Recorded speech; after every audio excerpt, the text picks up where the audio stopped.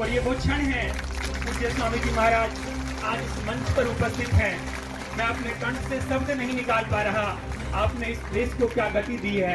आप हमारे राम और कृष्ण हैं, क्योंकि आपने अपने पुरुषार्थ से जो योग की गंगा बहा करके और एक ऐसा दिव्य पुंज जिस राष्ट्र में तैयार किया है, वो वास्तव में ऋषि परंपरा का आज साक्षात दर्शन कराता है, जो हमारी दिव्यता का प्रतीक है। तो आशीर्वाद दे रहे हैं।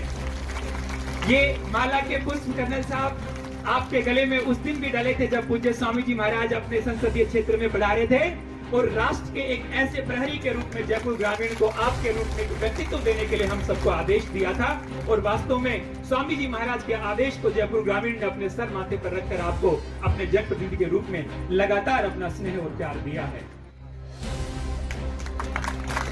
हमारे सीकर सांसद स्वामी सुमेधानंद जी महाराज जी को माला पहना करके पूज्य स्वामी जी उनका अभिनंदन कर रहे हैं, स्वागत कर रहे हैं। मैं आपकी श्री मामचंद्र जी, श्री राम मेहर जी और श्री राजेंद्र जी करके उनका अभिनंदन करें। हम तहे दिल से मातृशक्ति का हम स्वागत करते हैं, अभिनंदन करते हैं। हमारे बीच में अनेक गणमान्य संत महानुभाव पधारे हुए हैं, उन सभी का स्वागत है। हमारे बीच में आदरणीय महेंद्र यादव जी जो जयपुर से पधारे हैं, उनका भी हम तहे दिल से स्वागत करते हैं और हम स्वागत करते हैं, वंदन करते हैं। और आप सबकी ओर से पूज्य महाराज श्री के चरण स्पर्श करके आप सबकी ओर से मैं आशीर्वाद दे रहा हूँ। बनेगा गुरु महाराज की जय। हम सबके बीच में अनेक गणमान्य यशस्वी सांसद महोदय भी यहाँ पर पधारे हुए हैं। हमारे क्षेत्रीय सांसद आदरणीय श्री कर्नल राज्यवर्धन सिंह जी राठौर जी, जिन्होंने अपने देश की गरिमा को पूरी दुनिया में स्थापित किया है, सेना में भी बहुत बड़ी सेवा दी है और हमारे इस क्षेत्र में वो भारत सरकार में पूर्व केंद्रीय मंत्री भी रहे हैं और हमारे बहुत लोकप्रिय सांसद हैं, हम सबके चहेते हैं। उनका भी इस पूरे बंगाल में बहुत बहुत हार्दिक स्वागत है। हमारे बीच में सीकर से हमारे बीच पधारे हुए हैं पूज्य स्वामी सुमेधानंद जी महाराज जी।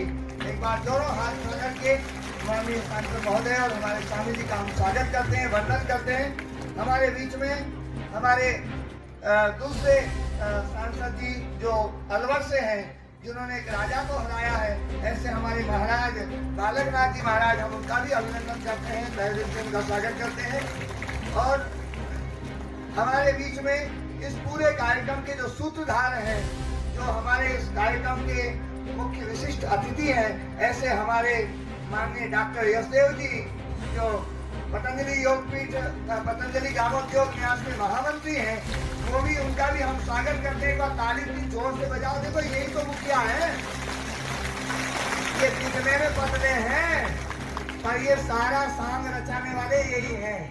तो संस्थापक सदस्य हमारे गुरुकुल के रहेंगे। 21 लाख रुपए का सहयोग जो है हमारे माननीय सांसद महोदय करेंगे और हमारे जो हमारे इस गुरुकुल की स्थापना में जो सहयोग करेंगे, मैं माननीय राजेंद्र जी से निवेदन करूंगा कि एक बार उन सभी महानुभावों को मंच पर ही बुलाने, क्योंकि इतना बड़ा सहयोग करने वाले सभी लोग जो है।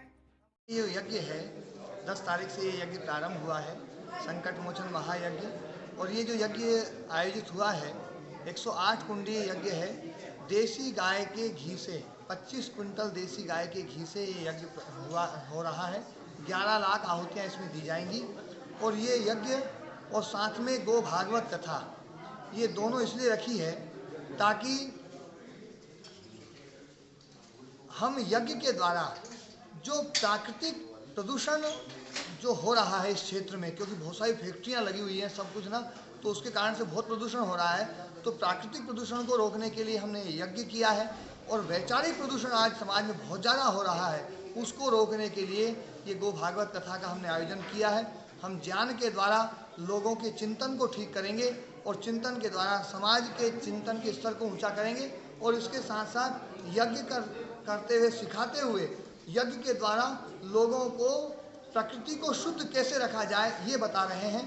और क्योंकि अभी हमारे देश में और पूरी दुनिया में एक बहुत महाभयंकर बीमारी कोविड नाम की जो चल रही है, उस कोविड-19 जो वायरस है उसके कारण से जो बीमारी हुई है, तो उसका गाइडलाइन का उपयोग ध्यान रखते हुए सबको ये बताते हुए कि देखो आप इसका ध्यान भी रखें और यज्ञ घर में भी करें ताकि इस प्रकार के वायरस जो है वो आपके घर से दूर रहें, क्योंकि यज्ञ के द्वारा अलग अलग प्रकार के हर प्रकार के वायरस जो है वो नष्ट किए जा सकते हैं।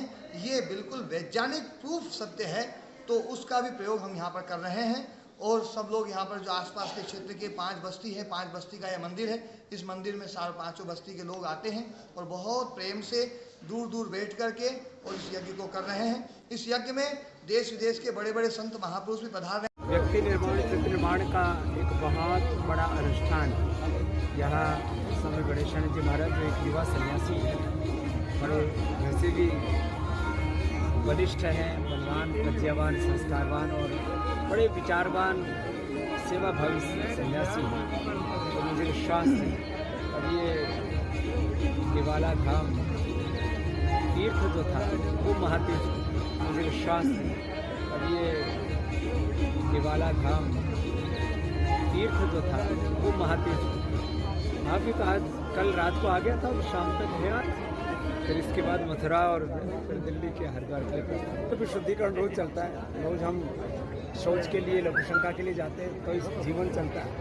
ऐसे ही सतत शुद्धिकरण की सब जगह आवश्यकता है और समाज जब समर्थ होता है तब ये कार्यक्रम चलता रहता है। सच कि आंदोलनों की एक अपनी भूमिका है और किसी भी बात का समाधान संवाद से, परस्पर सहयोग से, परस्पर विश्वास से निकलता है। तो मोदी सरकार ने यहाँ तक कह दिया कि वह 2-3 साल के लिए इस कानून को निरस्त कर देता है। वो मिल बैठ करके और कुछ गिला शिकवा उनको भी ख़त्म करते हैं और आगे बढ़ते हैं। इसके बावजूद भी यदि दोनों तरफ से बात का समाधान नहीं निकलता है तो ये गतिरोध देश के लिए और किसानों के लिए भी ठीक है।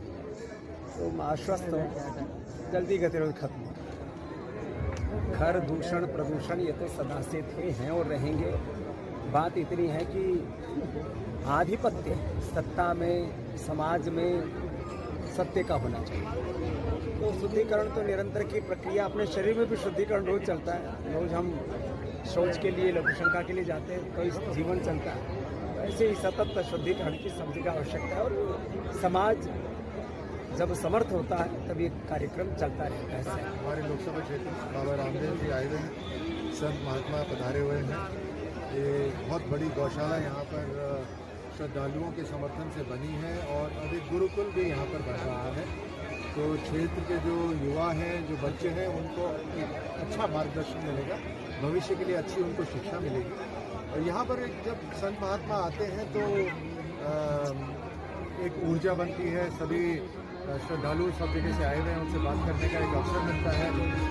आज सुबह उन्होंने योगाभ्यास करवाया सभी को और अभी सत्संग होगा तो सत्संग में अच्छी बातें सुनने को मिलेगी। एक अच्छा इंसान बनने का तरीका और रास्ता हम सबको मिलेगा और उसी से हम अपने राष्ट्र को मजबूत करते हैं। अच्छा है, लोकतंत्र है, लोकतंत्र का उत्सव होता है, ये उत्सव के रूप में बने और जनता को अपना अधिकार, मत डालने का अधिकार मिले, वो अवसर मिले, यानी गुंडागर्दी वहाँ पे ना हो और बिना किसी भय के, बिना किसी दबाव के वहाँ पर जनता अपना मत दे सके। इससे बड़ा एक अवसर क्या हो सकता है। और इसी के लिए दोनों और जितनी भी पार्टियां हैं वहाँ पर सब अपना जो आइडियोलॉजी है, अपनी जो योजना है, अपना मैनिफेस्टो जनता तक पहुँचा रहे हैं। जनता का आशीर्वाद मिलेगा और निश्चित रूप से